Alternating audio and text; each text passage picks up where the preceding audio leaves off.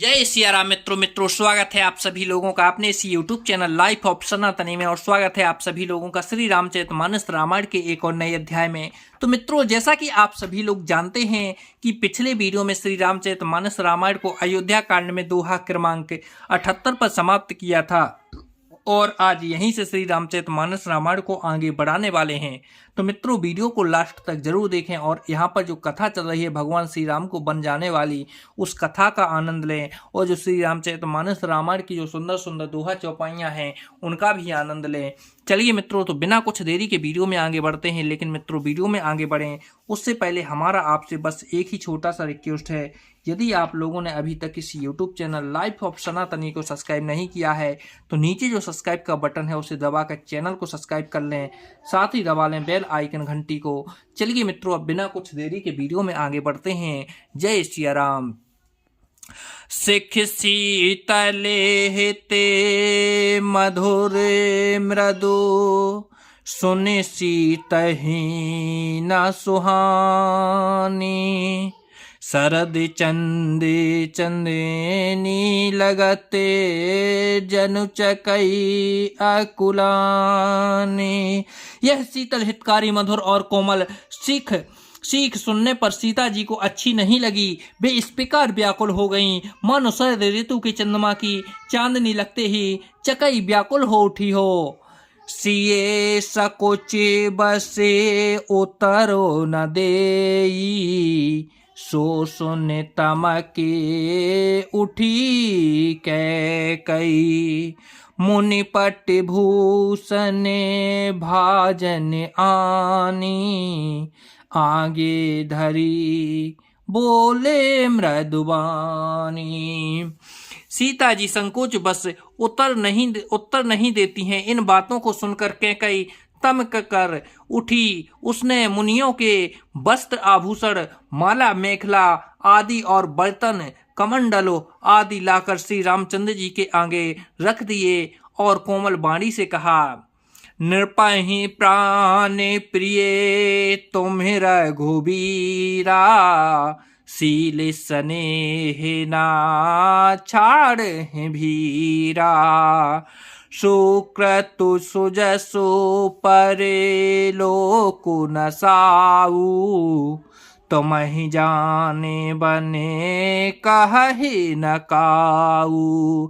हे रघुबीर, राजा को तुम प्राणों के समान प्रिय हो। भीरु प्रेम बस दुर्बल हृदय के राजा शील और स्नेह नहीं छोड़ेंगे। पुण्य सुंदर यश और परलोक चाहे नष्ट हो जाएं, पर तुम्हें बन जाने को वे कभी न कहेंगे।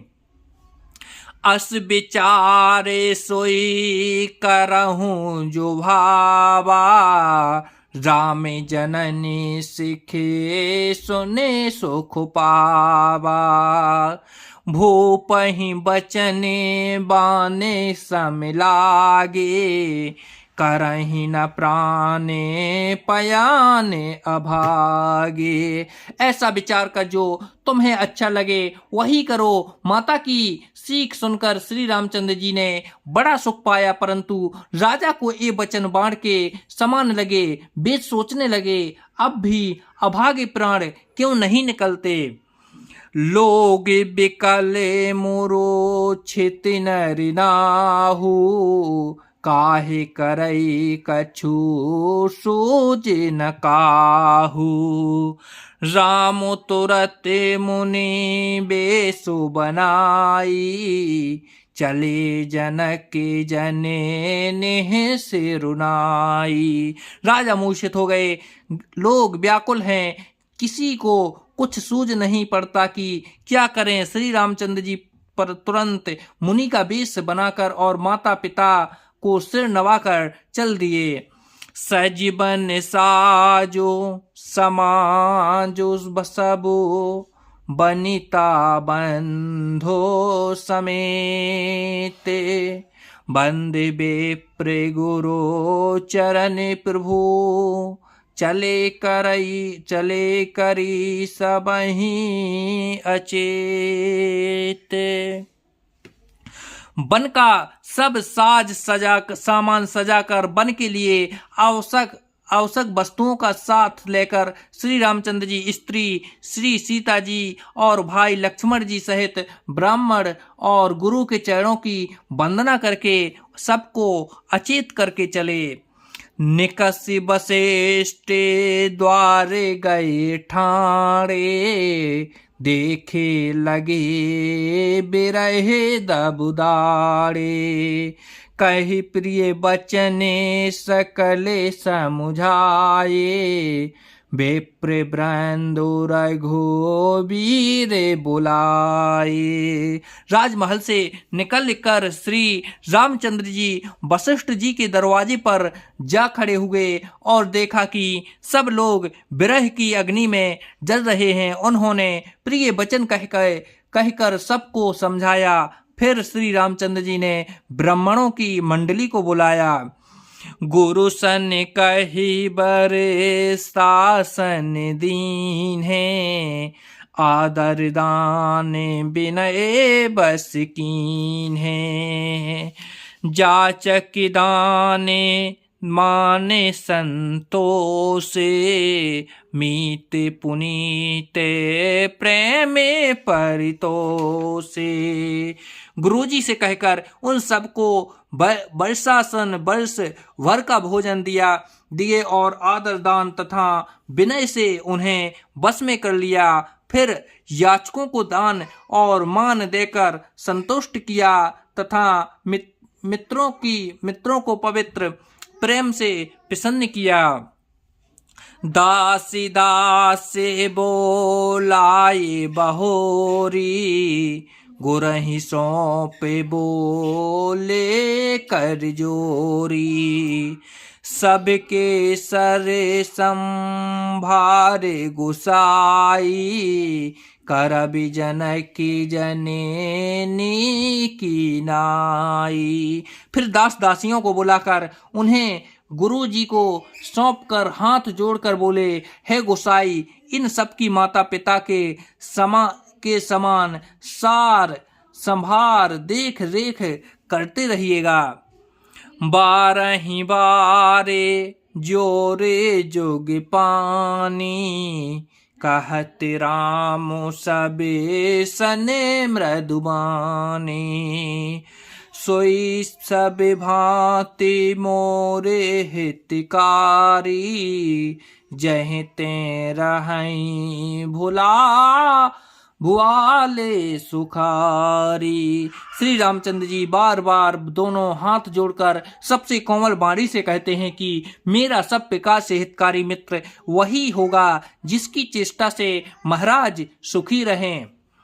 माँ तो सकल मोरे बिरहें, जो ही न जो ही दुख दीने। सोई उपाहु तुम्हें करहु सबे, पुरजन परम प्रवीण।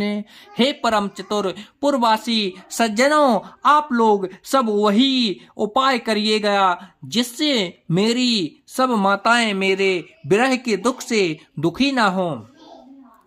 यह विधि राम सबहि समुझावा, गुरुपद पदमो हरस सिरुनावा। गणपति गोरे गिरी सुमनाई, चले आशीष पाई रघुराई। इस प्रकार श्री राम जी ने सबको समझाया और हर्षित होकर गुरु जी के चरण कमलों में सिर नवाया। फिर गणेश जी की पार्वती जी और कैलाशपति महादेव जी को मनाकर तथा आशीर्वाद पाकर श्री रघुनाथ जी चले।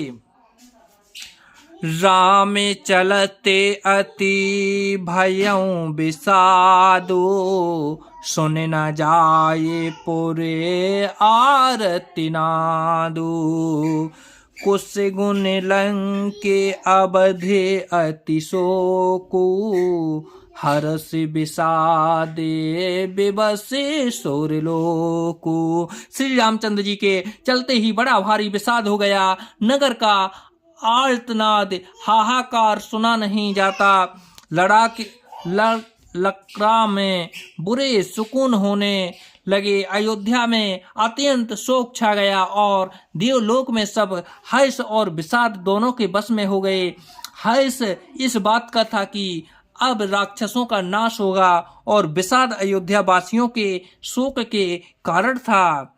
गई मूर्छा तब भूपति जागे, बोले सुमंत्रो कहने अस लागे। राम चले बने प्राण न जाही, कहीं सुख लागे रहते तन माही। मूर्छा दूर हुई तब राजा जागे और सुमंत्र को बुलाकर ऐसा कहने लगे, श्री राम वन को चले गए पर मेरे प्राण नहीं जा रहे हैं। न जाने ये किस सुख के लिए शरीर में टिक रहे हैं। यही ते कबने व्यथा बलवाना, जो दुख पाए तजहि तनु प्राणा। पुण्य धर धीरे कहीं नर नाहू, ले रथ संगो सखा तुम जाहू। जिससे अधिक बलवती और कौन सी व्यथा होगी। जिस दुख को पाकर प्राण शरीर को छोड़ेंगे। फिर धीरज धरकर राजा ने कहा, हे सखा तुम रथ लेकर श्री राम के साथ जाओ। सुटी सुकुमारे कुमारे दो, जनकी सुता सुकुमारे। रथ चढ़ाई दिखे राय बनो, फिर हूँ गए दिन चारे। अत्यंत सुकुमार दोनों कुमारों को और सुकुमारी जानकी को रथ में चढ़ाकर वन दिखलाकर 4 दिन के बाद लौट आना। तो जय सिया राम मित्रों, आज वीडियो को यहीं पर समाप्त करते हैं और यहाँ से आगे की कथा को कल के वीडियो में जानेंगे, यानी कल शाम 6 बजे जानेंगे। और यदि आप लोग ये वीडियो 1-2 दिन बाद देख रहे हैं तो आप लोग चैनल खोलकर देख सकते हैं, वहाँ पर आपको इससे आगे के वीडियो मिल जाएंगे। साथ ही इसका पूरा जो सीरीज है, इसकी एक प्लेलिस्ट भी बनी हुई है, वहाँ से आप लोग सभी एपिसोड देख सकते हो। तो चलिए मित्रों, आज वीडियो को यहीं पर समाप्त करते हैं। जय सिया राम।